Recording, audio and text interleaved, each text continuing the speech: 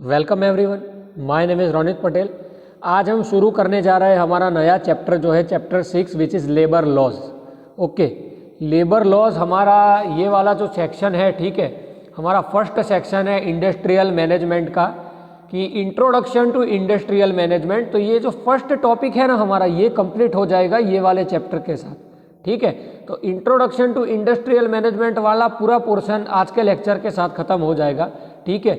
हमारे next lecture से हम सीपीएम और पर्ट शुरू करेंगे कि सीपीएम और पर्ट क्या होता है। उसके अलावा और 4 हमारा जो कॉन्सेप्ट है वो बाकी रह जाता है, वो है material management, production planning and control, value analysis and cost control और recent trends in industrial management. Okay, तो आज हम शुरू करेंगे हमारा चैप्टर 6 जो है लेबर लॉज।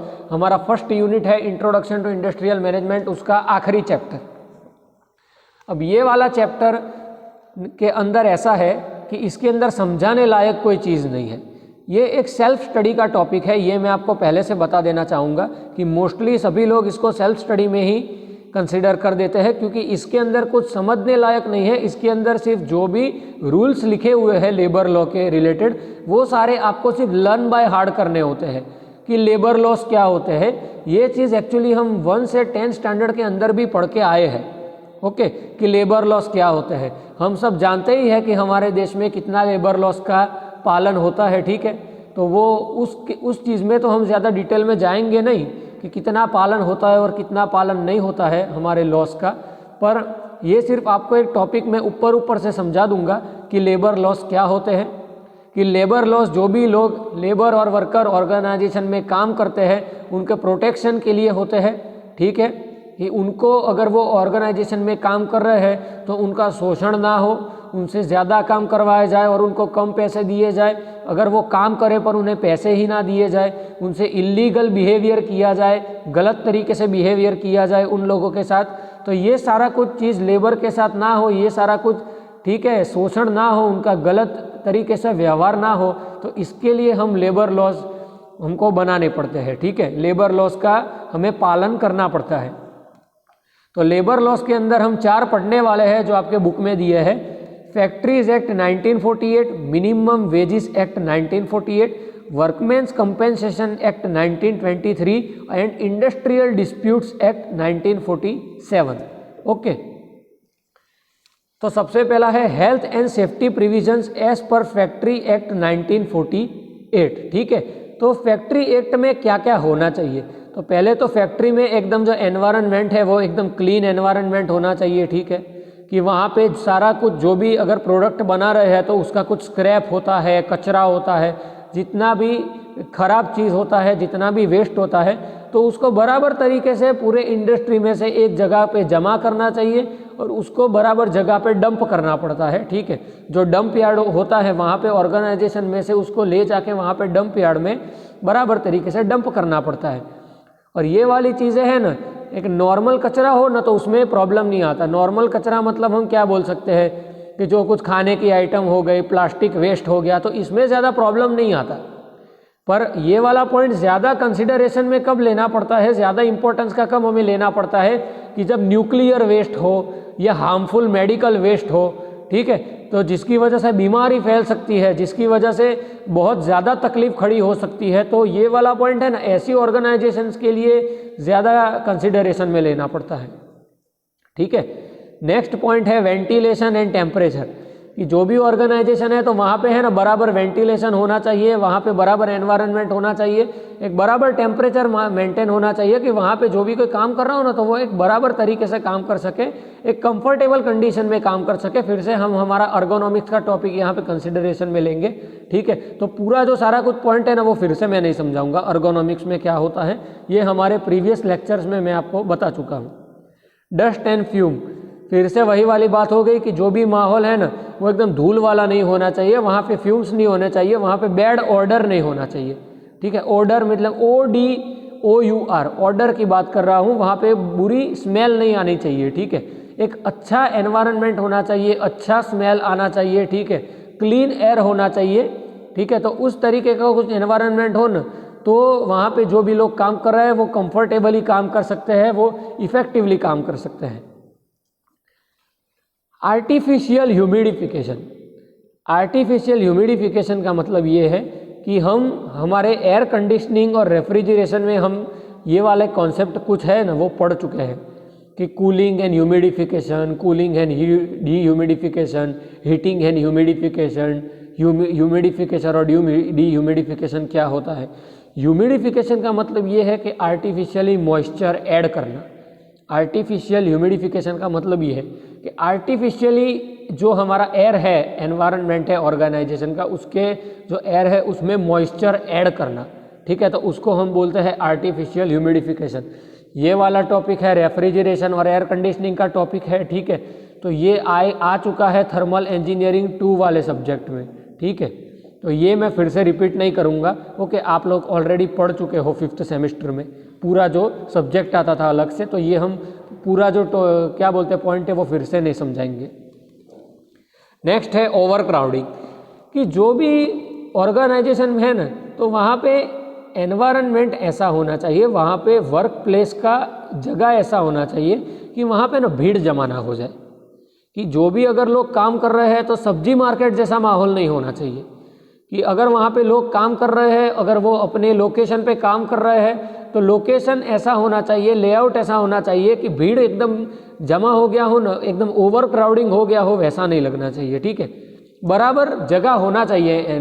जो भी एनवायरनमेंट है वहाँ पे जो भी वर्क प्लेस है हमारा, उसका एक बराबर एरिया होना चाहिए, ठीक है, कंजस्टेड नहीं होना चाहिए, कंजेशन नहीं होना चाहिए, वरना है ना क्या है, बहुत सारे प्रॉब्लम होते हैं कि एक बराबर तरीके से काम नहीं हो पाता, एक बराबर टाइम में काम नहीं हो पाता, कंजेशन होने की वजह से डिले ज़्यादा होता है, एक स्मूथनेस मेंटेन नहीं हो पाता, ठीक है, तो ये वाला पॉइंट ये सारी कुछ चीज़ें समझाता है।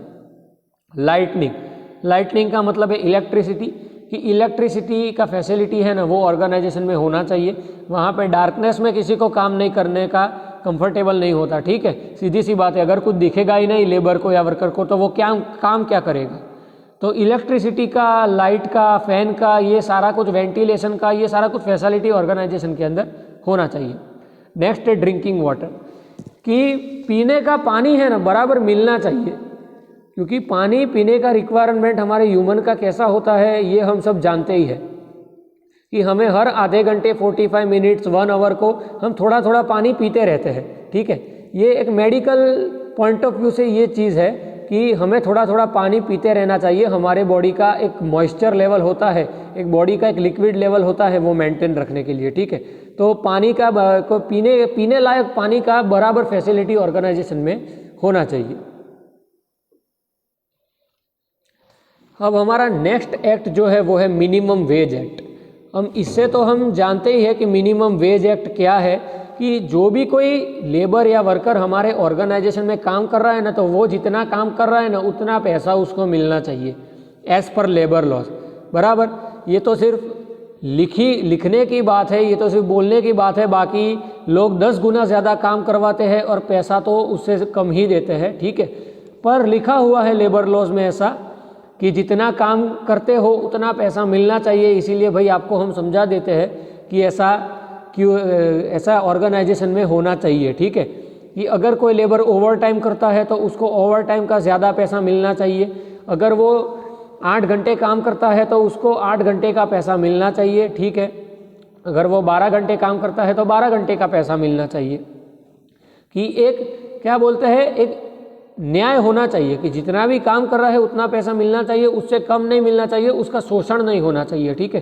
तो यही सारे पॉइंट है ना यहाँ पे दिए गए हैं कि to prevent the exploitation of worker by the employers, कि जो भी एम्प्लॉयर है ना, एम्प्लॉयर मतलब जो हमारी अथॉरिटी है, जो हमारे ऊपर है, और एम्प्लॉय मतलब जो नीचे सारे लोग काम करते हैं वो, ठीक है, तो एम्प्लॉयर और एम्प्लॉय, तो एम्प्लॉयर लोग जो भी है ना वो एम्प्लॉय लोगों का शोषण ना करे, ठीक है, तो उनको बराबर पैसा दे जितना भी वो काम करते हैं वो, तो ये वाली चीज़ इस पॉइंट में समझाई गई है।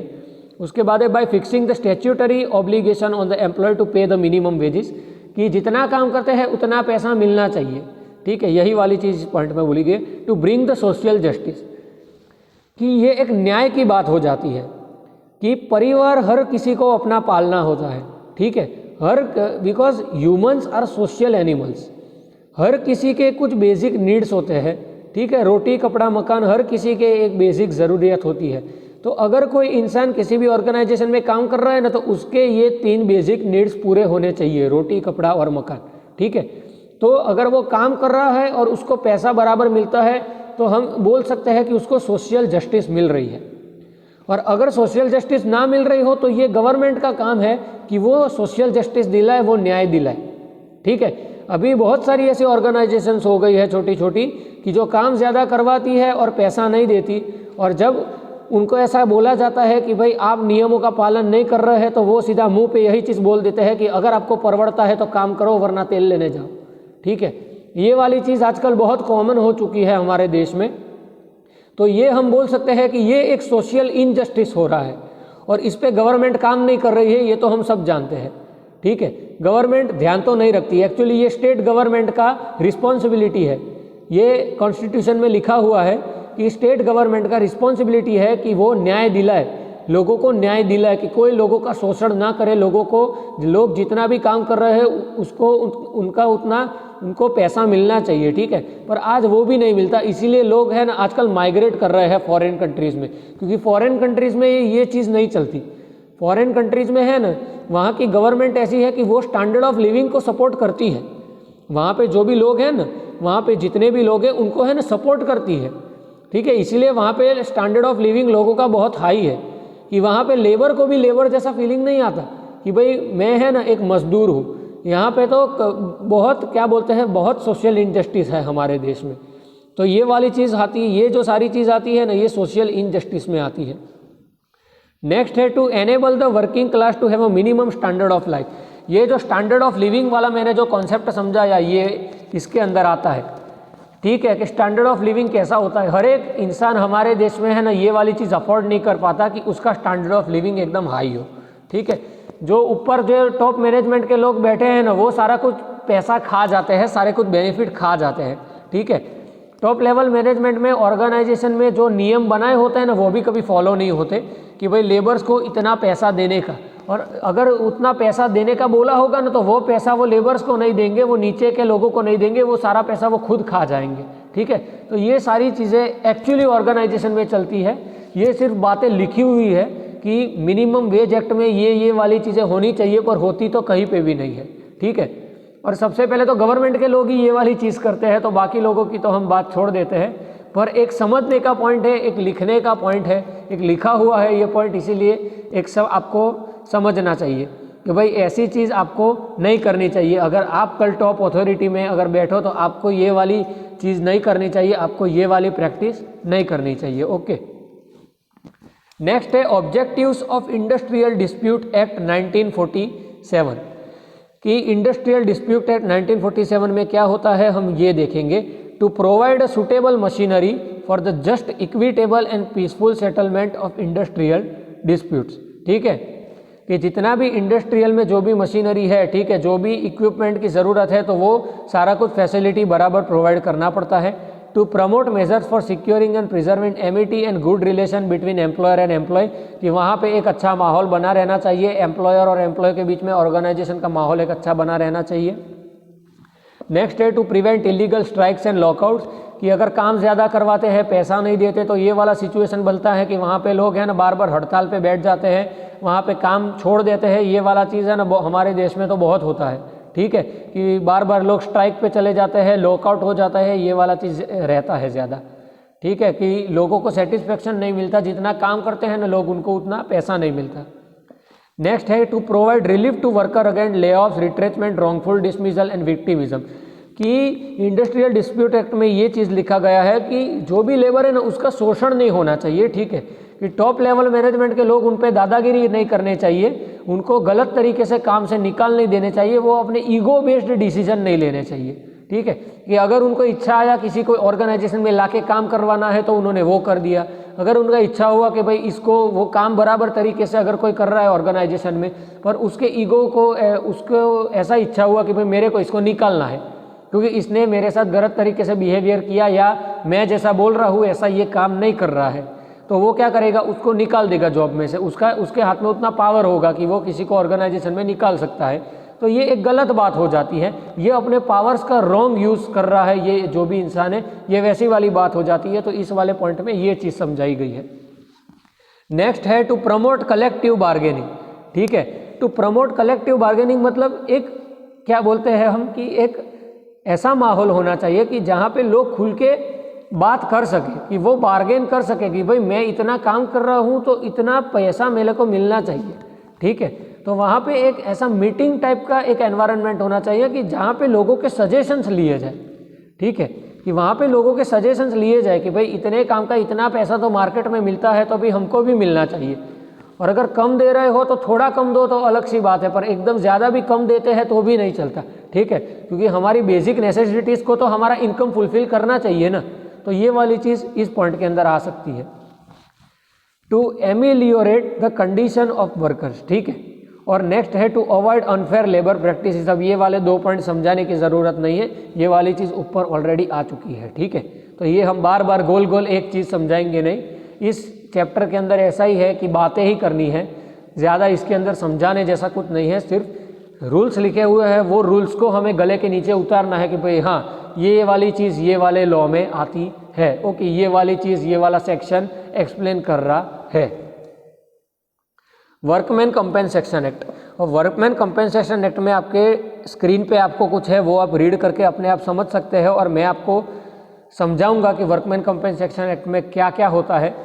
कि वर्कमैन कंपेंसेशन एक्ट में कि हम वर्कमैन को कंपेंसेट करना पड़ता है कि अगर वो कुछ काम कर रहा है और अगर काम डेंजरस था और काम करने के दरमियान अगर उसकी डेथ हो जाती है तो उसकी वजह से क्या होता है, हमें उसके फैमिली को कुछ कंपेंसेशन देना पड़ता है, कुछ पैसा देना पड़ता है, ठीक है, कुछ फैसिलिटीज़ हमें उसकी फैमिली को देनी पड़ती है। तो ये वाली चीज़ एक वर्कमैन कंपेंसेशन एक्ट के अंदर आती है। दूसरा ये वाली चीज़ आती है कि कोई भी अगर इंसान है, अगर वो किसी ऑर्गेनाइजेशन में बहुत सालों से काम कर रहा है, 30-40 साल से वो ऑर्गेनाइजेशन में काम कर रहा है, तो रिटायरमेंट के बाद बराबर पेंशन का अमाउंट उसको मिलना चाहिए, टाइम टू टाइम पेंशन उसको मिलना चाहिए। तो ये वाला एक कंपेंसेशन का बात हो जाता है जो वर्कमैन कंपेंसेशन एक्ट में आता है। उसके बाद ये वाला पॉइंट हम ले सकते हैं कंसिडरेशन में कि अगर कोई काम कर रहा है लेबर और काम करते करते उसको चोट लग जाती है और गंभीर चोट लग जाती है कि वो अपना कोई ऑर्गन डैमेज उसका हो जाता है, जैसे हाथ कट जाता है या पैर कट जाता है या उसका आँख चला जाता है, ठीक है, उसको कोई बड़ा इंजरी हो जाता है, तो वो उसके बाद काम करने लायक नहीं रहता। तो वो हमारी ऑर्गेनाइजेशन में काम कर रहा था और वो ऑर्गेनाइजेशन में काम करते करते उसको ये इंजरी हुआ, तो वो ऑर्गेनाइजेशन का रिस्पॉन्सिबिलिटी है कि उसका बाकी का जो लाइफ है उसका, ठीक है, तो वो ऑर्गेनाइजेशन उसको ध्यान रखे लेबर का, ठीक है, उसको बराबर कंपेंसेशन दे, उसको बराबर सारा कुछ जो उसको देना चाहिए जितना भी फैसिलिटी कि वो ऑर्गेनाइजेशन में काम करते करते उसको इंजरी हुआ है वो सारा कुछ दे, ठीक है। तो ये सारे कुछ जो पॉइंट्स होते हैं ना ये वर्कमैन कंपेंसेशन एक्ट में आते हैं, ठीक है। और काम जितना करते हैं उतना पैसा मिलना चाहिए, ओवर टाइम का ज़्यादा मिलना चाहिए, टाइम टू टाइम प्रमोशन मिलना चाहिए। हर एक साल अगर जैसे काम कर रहा है, हर एक साल जो भी वहाँ पे जो लेबर काम कर रहा है वो जितना भी लॉन्ग टाइम के लिए रहता है तो उसको टाइम टू टाइम इंक्रीमेंट मिलना चाहिए। तो ये जो सारा कुछ है ये वर्कमैन कंपेंसेशन एक्ट के अंदर आता है, ठीक है।